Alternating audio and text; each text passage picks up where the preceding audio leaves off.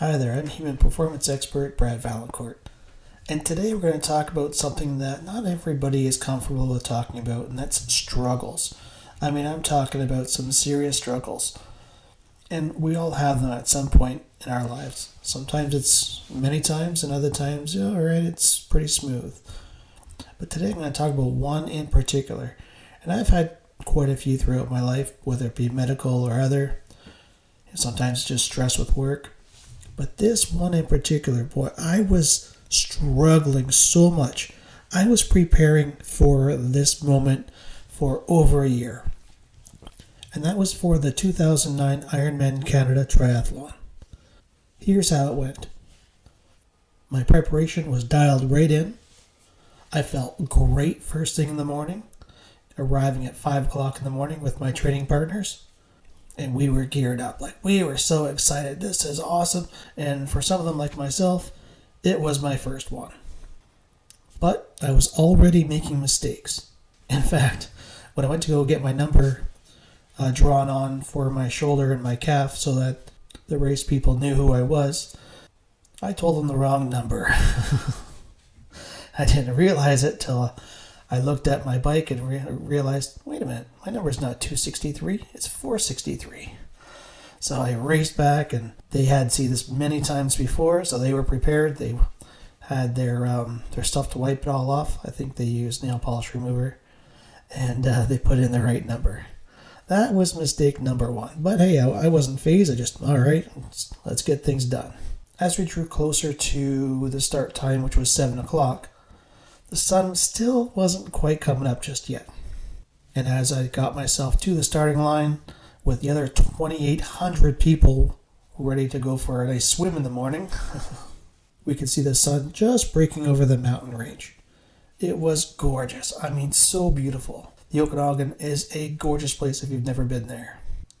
Just before 7 o'clock, I get my bathing cap on. You'll recognize me because I'm going to be the one with the silver swim cap. Just like everybody else. I go through a very specific warm-up process that allows me to manipulate certain areas of the body so that I can not only boost my strength and my speed, but it will also help with my endurance. Myself and the other 2,800 people are on the sand ready to go. The gun goes off and bam, we hit the water. And I'm swimming along trying to fight through the kicking and the punching that's going on, of course inadvertently, from all these other swimmers trying to get into certain lanes and draft as quickly as they can from the person in front of them. And I find out quickly that, alright, I'm going to be in the second half of the swim because I've got some real fast swimmers in here, and good for them. That's awesome. They are scooting by. So as I continue on the swim, and I can see over the mountain range the beautiful sunshine coming up, I'm just so grateful to be there. And man, I am loving this. This is great. I'm in the Ironman. This is so fantastic. I was so motivated the year before when I had volunteered, and I got to see all this action going on and all these competitors. You can just feel their energy. It was awesome. You've got basically a triangle that you have to go through. It's 3.8 kilometers. I get about halfway, and all of a sudden I start to feel, boy, this is a lake. Why is this so wavy? And I realized all these locals, they wanted to see this race. They wanted to see all these competitors in this water get through the 3.8 kilometers. Problem is, they all rushed out to come see us in their boats and their sea-doos, and all I felt were the waves. Waves were coming, pushing us off to the side. Everybody in the second half, we had to basically fight through wave after wave for the rest of the swim. And it was pushing us back further and further. I don't know if you know this, but in each discipline, you have a certain time limit. And if you don't meet that time limit, immediately you are disqualified. So I'm fighting as I'm trying to swim through. Then all of a sudden, I get this boat creeping up beside me, and it's the RCMP. They said, you better hurry up. You have 2 minutes. And as soon as I heard that, my head went right down to the water, and all of a sudden my arms just went as fast as I could. Swim as fast as I could. All I could think about was get there. Do whatever I had to. Once you get to the point where the water is about waist deep, then you can start running. Just one little problem.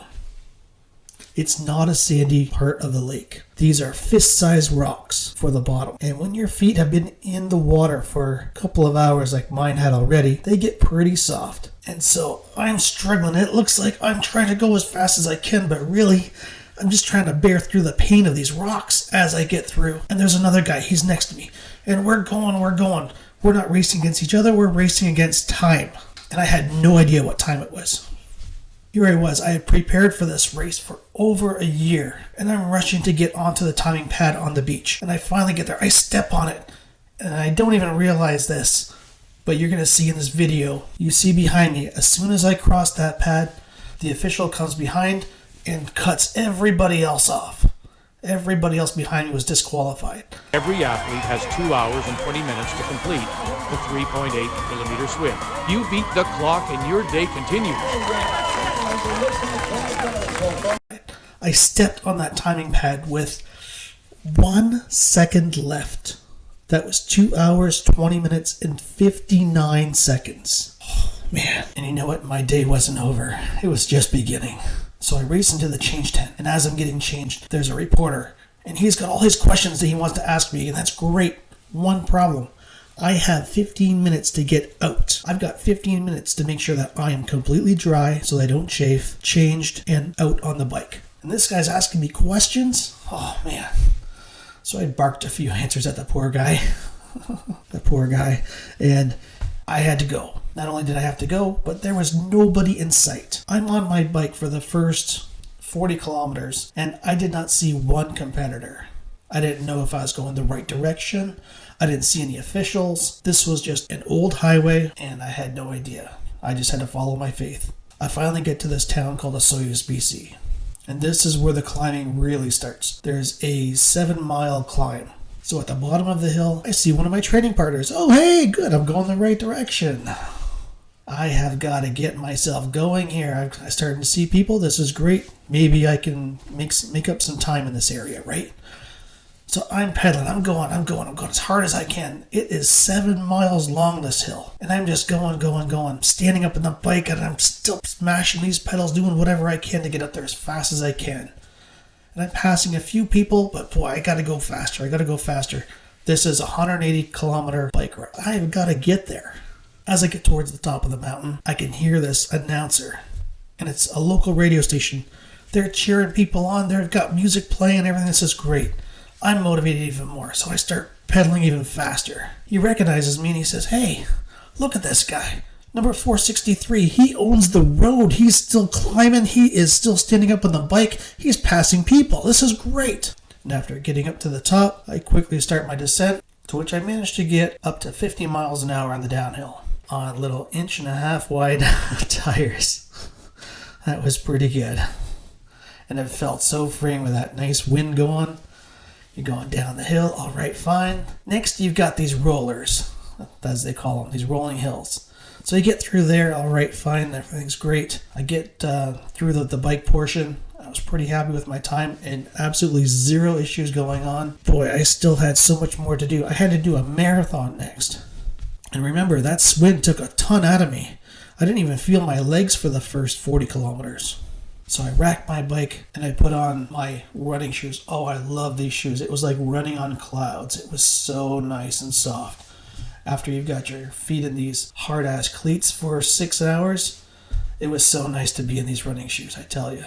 And you know what? It felt much better, even though I knew I still had 26 miles to go. I believed in myself. I knew I passed a good portion of the competitors, but I knew that I still had 13 miles to go out and 13 miles to come back. So I wanted to make sure that I had the energy to do that. So I started off nice and easy, and it was so hot. It was over 100 degrees the entire day. Oh, in this area, this part of Canada, semi-desert, not a lot of trees. And when you're out in the sun for that long a time, we had all these professionals who just decided, all right, it's way too hot for me. I'm not going to place, so I'm just going to quit and be on the side of the road. But me not being a professional, I was doing this out of my own will. I was loving it. I was having a great time, so I continued. I mean, I made it through some of these hurdles already. Let's just keep going. You got to have some faith in yourself, right? So I kept going and put one foot in front of the other. I come towards the finish line, and I felt great. I couldn't believe it. I actually did it. What mattered to me most was that I got to finish this race. It was awesome. Wow, what a great feeling, considering how stressful that day started.